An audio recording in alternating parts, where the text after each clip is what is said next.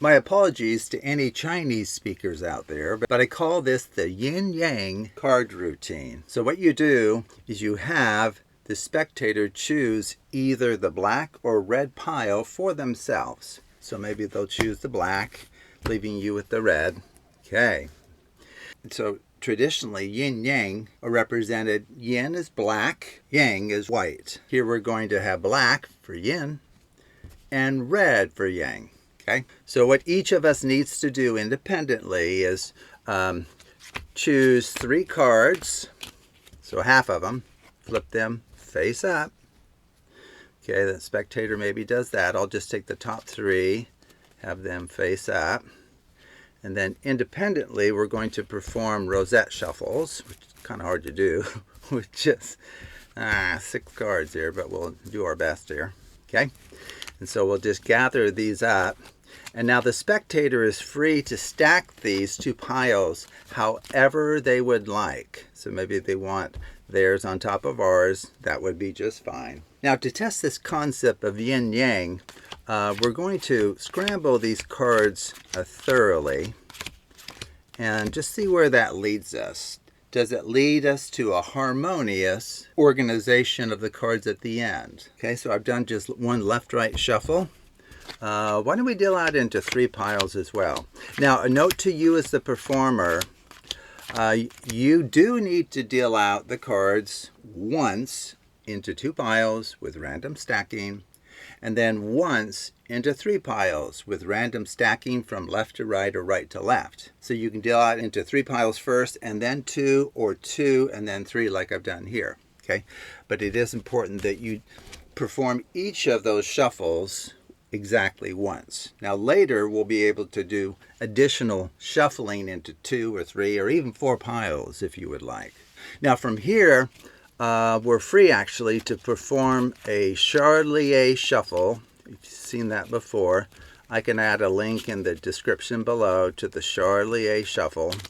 It's a great way to mix the cards, or you could even have the spectator just randomly cut the cards at some location. Okay, and now the spectator needs to cut off any number of cards whatsoever. Any number. Set them over here. Looks like I cut off most of them. And then they're free to flip either half. So maybe they'll flip this half right here. Oh, that's interesting. There you go, yin-yang. And then we're going to perform another rosette shuffle. Okay? Absolutely crazy that we're doing all of this. And then one way of mixing the cards that we haven't used yet is something called the Mange shuffle. Now it comes in 2 varieties, kind of like a yin-yang option. We can do over-under or under-over. Your choice. You want over-under? Okay, so let me show you how that works.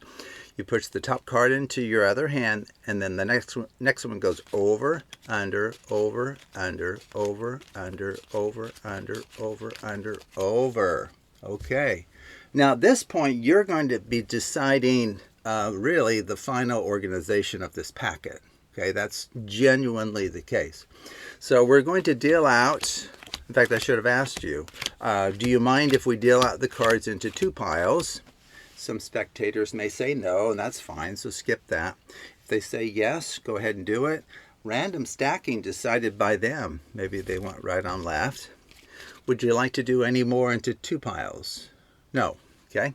Would you like to deal out into 3?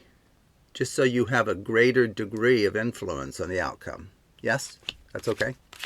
Okay, so we'll deal out into 3 piles. Random stacking from left to right or right to left. You want left to right? Okay. Would you like to do another one of those? Just one more. One more dealing into 3 piles. Okay. This time you want right to left. Okay, there you go. Yin-yang. Okay, kind of the opposite of what you did before. Are you okay if we deal out into 4 piles? To really give these cards a workout and increase our confidence in the outcome if we're successful. Okay, you do. Okay, so 4 piles. How would you like these stacked? Left to right, right to left? Left to right? Okay, very good. Now, a note to you as a performer, you can deal out the cards into 2 piles with random stacking as many times as you like. In fact, you could even roll a die or something. You can deal out into 3 piles with random stacking from left to right, right to left, as many times as you like. And then the same thing for 4 piles with random stacking from left to right, right to left, or leapfrog stacking, if you've seen that before. So I've done that. I've used that quite a bit on my channel. And you can mix and match those. You can deal out into 4 piles, and then 2, and then 3, and then 2 again, and then 4, or whatever the spectator calls for. Okay? And then when they're content that the cards are sufficiently mixed, and certainly beyond the knowledge of you, the performer, because you could not have anticipated the choices that they would make throughout this entire performance. At this point, we're going to perform a most powerful shuffle. It's called the Klondike Shuffle. And there certainly is a yin-yang quality to it, because we're going to take the top card here and the bottom off as 1. Top and bottom off is 1. Top and bottom off is 1. And we'll just continue that all the way through. Well, where has all of these choices and actions and expressions of your free will brought us?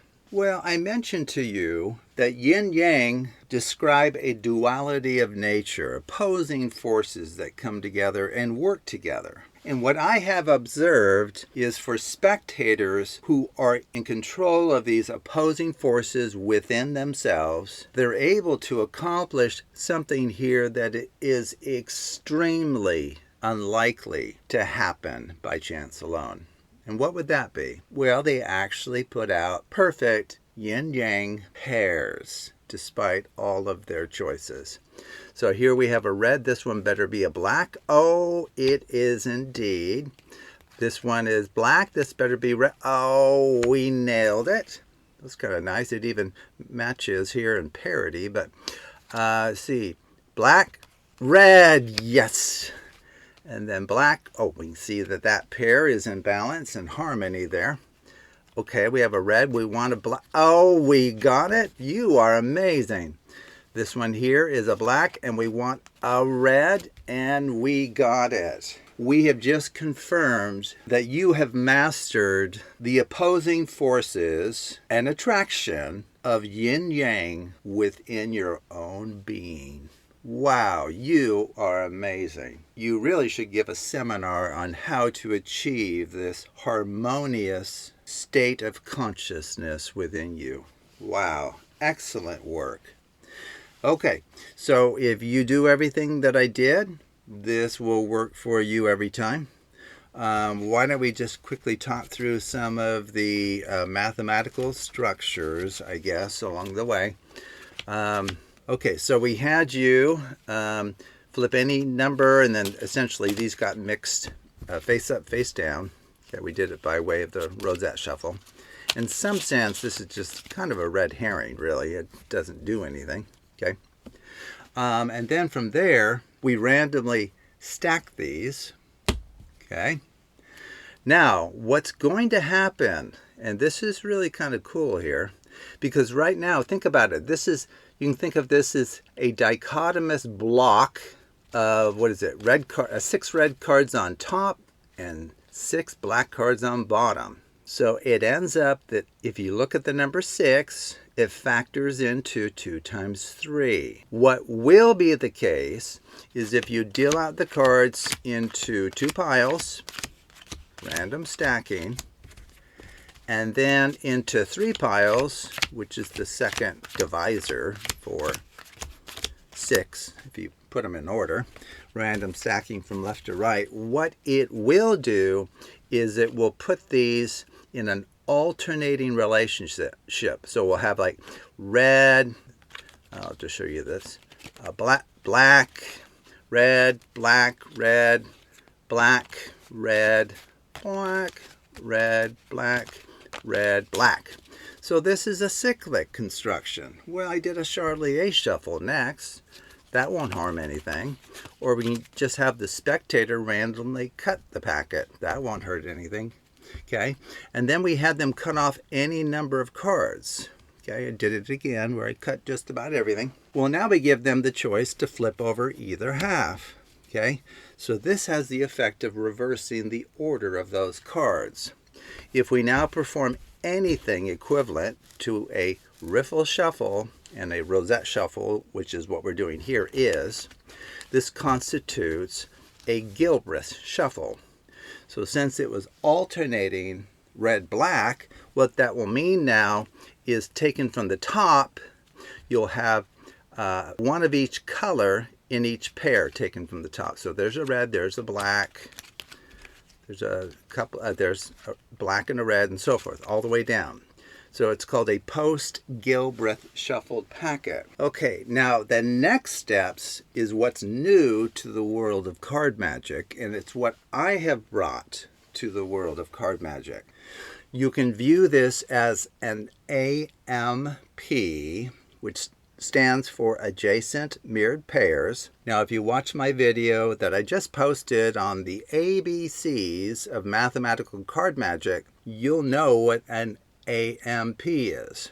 Okay, but the idea is that pairs of cards taken from the top are the special pairs that we want to kind of preserve in the end. These are the very cards that will show at the end, match, are balanced in color. One will be red, one will be black. Okay, well, since this is an AMP, I can perform a mange over, under, or under, over. Oh, by the way, I was going to, I forgot to do this. You could do this. As I do the over, under, I was going to say yin, yang, yin, yang, yin, yang, and I forgot, once again. But that would just kind of add to the motif of the whole performance.